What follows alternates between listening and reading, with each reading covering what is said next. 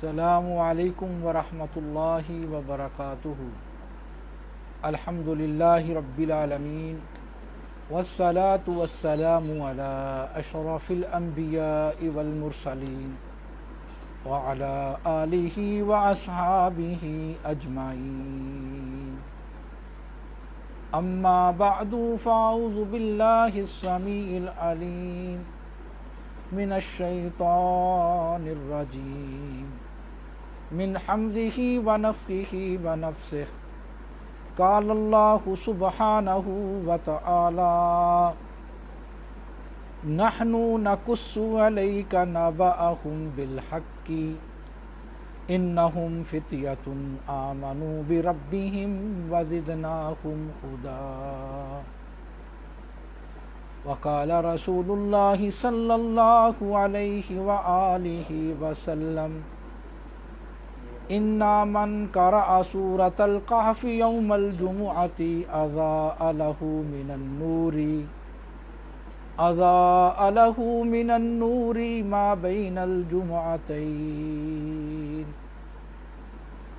اللهم صل على محمد وعلى آل محمد كما صليت على إبراهيم وعلى آل إبراهيم إنك حميد مجيد۔ اللهم بارك على محمد وعلى آل محمد كما باركت على إبراهيم وعلى آل إبراهيم إنك حميد مجيد۔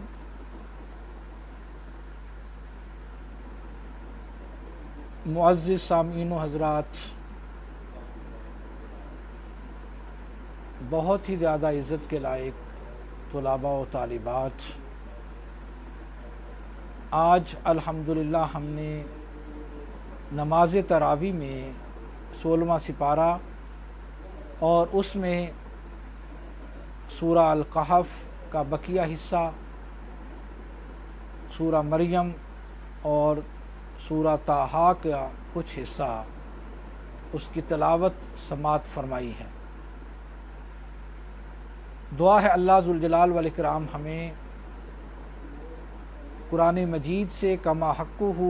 رہنمائی اور ہدایت حاصل کرنے کی توفیق عطا فرمائے۔ اللہ سبحانہ و تعالی نے قرآن مجید بنی نوع انسان کی ہدایت کے لیے نازل فرمایا ہے، اور اس میں مختلف اقوام اور ملل کے احوال و واقعات بیان فرمائے ہیں۔ ان کا بنیادی مقصد بھی انسانیت کی ہدایت اور رہنمائی ہے۔ تو سورہ الکہف میں بھی بہت سارے قصے بیان کیے گئے ہیں جن کا مقصد بھی انسانیت کی ہدایت اور رہنمائی ہے۔ تو یہ جو قصص ہیں، اس میں کوئی شک نہیں ہے کہ یہ صحیح طور پر جو حقائق ہیں وہ اللہ سبحانہ و تعالی نے اس میں بیان کیے ہیں، جس طرح کہ وَاتْلُ عَلَيْهِمْ نَبَأَ ابْنَيْ آدَمَ بِالْحَقِّ إِذْ قَرَّبَا قُرْبَانًا فَتُقُبِّلَ مِنْ أَحَدِهِمَا۔ یہ جو بالحق ہے،